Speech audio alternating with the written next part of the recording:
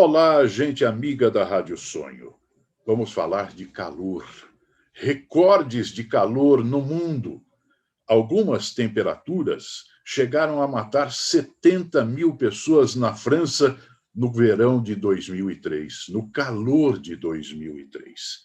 Ainda de acordo com os últimos estudos, 2 vezes mais megacidades apresentam probabilidade de sofrer estresse térmico, com aumento de até 1,5 graus na temperatura.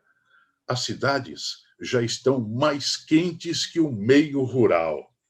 E a temperatura subindo no planeta pode expor cerca de 350 milhões de pessoas até o ano de 2050. O que está sendo feito para diminuir esse quadro?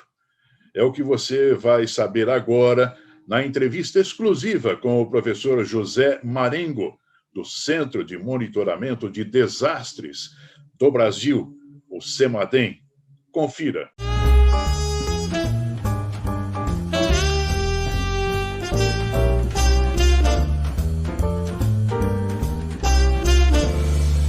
Aqui na Rádio Sonho, nós recebemos o pesquisador José Marengo, do CEMADEM, que é o Centro Nacional de Monitoramento e Alerta de Desastres. Tudo bem, professor? Prazer em recebê-lo aqui na Rádio Sonho. Tudo bem, muito obrigado pelo convite. Bom, vamos falar de ondas de calor.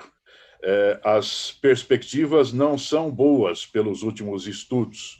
O que é que podemos esperar daqui para frente, professor? Temos recordes seguidos de calor, inclusive matando muita gente. O que esperar daqui para frente?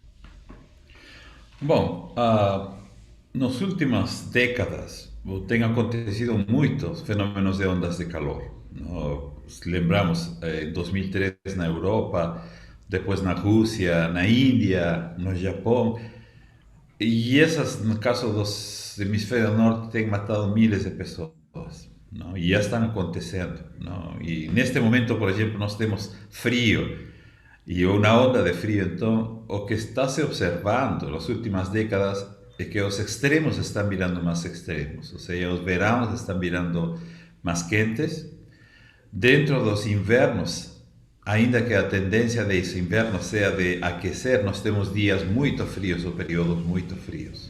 Não? E depois do que aconteceu na Europa, por exemplo, em 2003, os centros meteorológicos da França, da Reino Unido, já têm começado a preparar previsões de ondas de calor. E assim que tiver uma previsão, eles tomam as pessoas mais vulneráveis para lugares com ar-condicionado, ¿no? Porque na Europa, normalmente em Paris, a temperatura é 18 graus, mas com temperaturas de 32, 33, 40 graus, não tem ar-condicionado, então as pessoas mais idosas morrem como consequência de infartos. Então, e isso é algo que já tem se observado muito.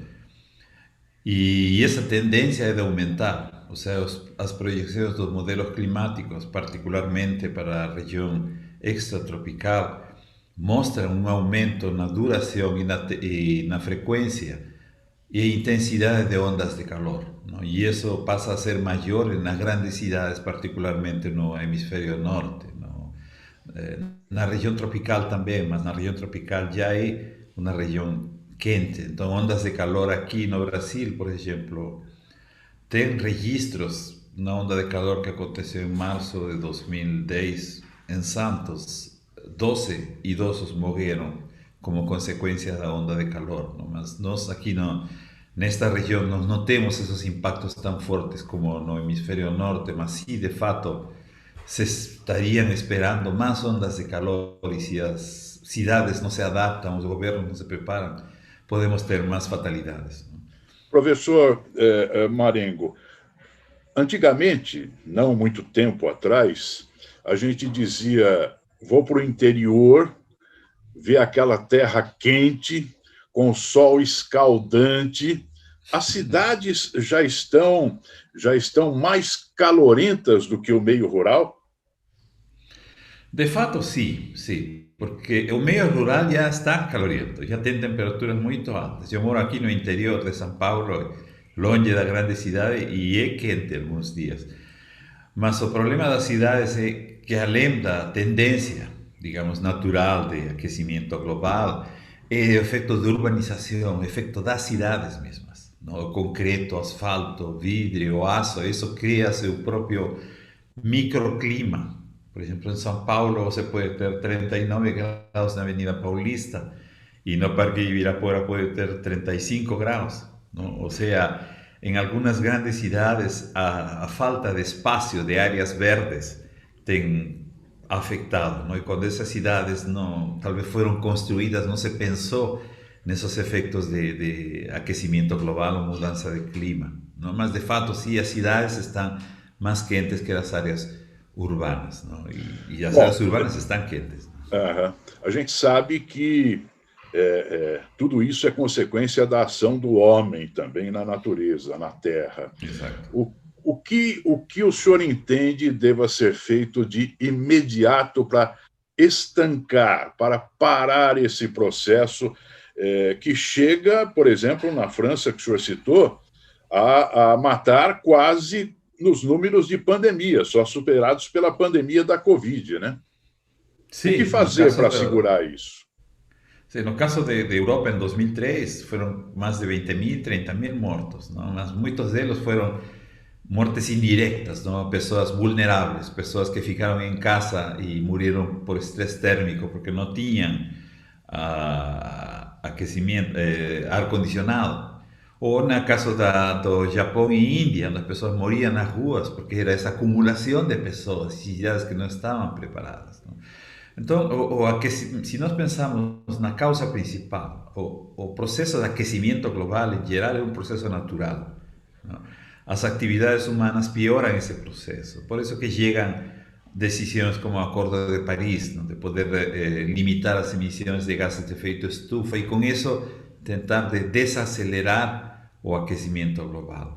E por outro lado, virar as cidades um pouco mais ecológicas, mais eficientes, não? Ou seja, maior espaço verdes, porque se as cidades continuam crescendo no ritmo que está, além do aquecimento global natural, nós temos aquele efeito humano, que é a urbanização, não? E isso acelera o processo e cria situações que podem chegar a problemas de saúde, não? Em alguns casos, estresse térmico.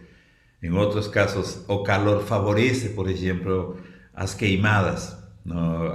Toda a queima que você vê nas rodovias, essa grama queimando, todo isso é ar que vai para as cidades e aumenta a poluição, não? E também desidratação.